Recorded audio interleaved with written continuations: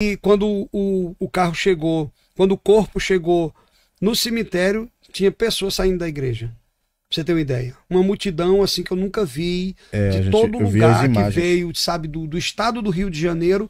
Pessoas de São Paulo não puderam vir, não deu tempo, né? Porque na igreja você tem apenas menos de 2 horas para poder levar para o cemitério. Sim. Então é algo muito rápido, né? Então a gente teve que cumprir toda aquela regra e fazer daquela forma. Mas nós precisamos, com isso eu aprendi a controlar as minhas emoções. Porque se eu não controlar as minhas emoções, elas irão me controlar. Então, para mim, eu tô fazendo uma limonada desse limão azedo. Sim. Essa é uma grande verdade. Porque eu entendo que a morte, ela não é o fim, ela é apenas um começo. É o que a gente prega. É uma separação, é o que a Bíblia diz. Então, eu agora vou ter que correr muito atrás para que eu chegue onde ele chegou. Exato. Porque não é brincadeira não, gente. Então, luto é processo. Para uns é de uma forma, para outros é de outras formas.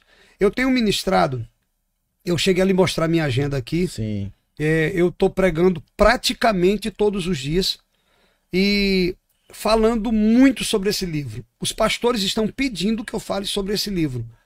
E depois do culto, é 1 hora de pessoas me procurando que perderam entes queridos e dizendo assim, como que o senhor está? Então, bem, é difícil para mim pra caramba, mas eu sei que a minha palavra vai ser um bálsamo na vida de outras pessoas. E antes de ser procurado, ou antes de tratar do assunto, você fica imaginando quantas pessoas estavam sofrendo e às vezes a gente não toca nesse assunto, né? Nessa perca. E deixa eu fazer uma pergunta para o senhor. Como a igreja lhe tratou o senhor, tratou sua esposa? Respeitar o momento de que...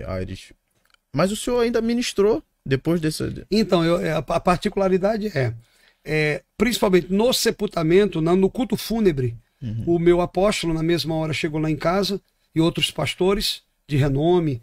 Esse era Radamés, nós estamos aqui, temos a palavra para ministrar. E eu falei, não, essa aqui é comigo. Essa aqui quem ministra sou eu. Entendeu? Porque no dia que ele nasceu eu dei uma palavra para quem estava na minha casa. E no dia que ele morreu eu quero dar uma palavra para quem está na nossa casa. Então eu ali resolvi ministrar a palavra. Eu ministrei a palavra e eu tinha um casamento marcado no dia 9, que era no sábado. Sim. E aí logo depois eu realizei esse casamento e tirei 20 dias de férias, fui para Fortaleza, pro colo de alguns amigos, né? Foi muito bom. E esses 20 dias parecia até que nada tinha acontecido. Sim. Porque foi muito intenso. Só que na volta, minha esposa dá uma crise no avião.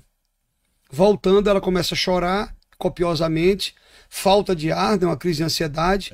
E aí o piloto solicita que se tivesse um médico, a médica foi atendê-la e a médica conversou com ela e quando a médica foi falando e verificando a sua pressão, eu falei, nós perdemos um filho tem menos de 1 mês, moça.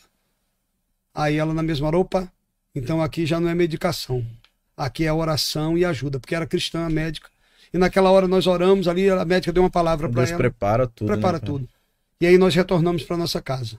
Casa essa que é difícil para a gente viver, né? Porque tudo lembra muito ele. Né? Tudo lembra ele. Quando nós passamos uma semana, fomos tirar as roupas dele para poder dar para as pessoas, porque eu dei tudo que ele tinha, tudo. A mobília dele, nós demos para uma pessoa que tinha saído, estava preso, e aí foi liberto, nós demos toda a mobília. Só a camisa do Flamengo tinha 22. Proposital? Proposital. Para não ter... Proposital. Para não ter mais nada dele. Né? Sim. Porque tudo lembra. Apesar que hoje Facebook, Instagram, tudo lembra, né?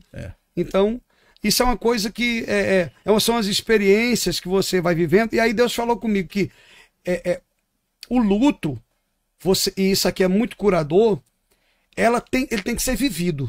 Sim. Ele não pode ser esquecido. Porque aí é tapar o sol com a peneira.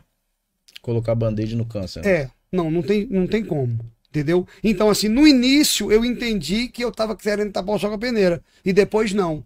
Aí foi o dia que eu botei pra chorar e chorei durante 3 horas. Tipo, tem que chorar, eu preciso chorar. Então eu chorei assim de meia-noite às 3 da manhã. E quando eu acabei de chorar, eu olhei pra minha esposa, ela começa a chorar. E quando ela acaba de chorar, aquelas 6 horas da manhã, eu disse pra ela, amor, vamos fazer um acordo? Quando eu estiver feliz, quando você estiver triste, eu tenho que estar feliz. E quando eu estiver triste, você tem que estar feliz. Então a gente não pode estar triste os dois ao mesmo tempo. Tá fechado esse acordo? Tá fechado esse acordo.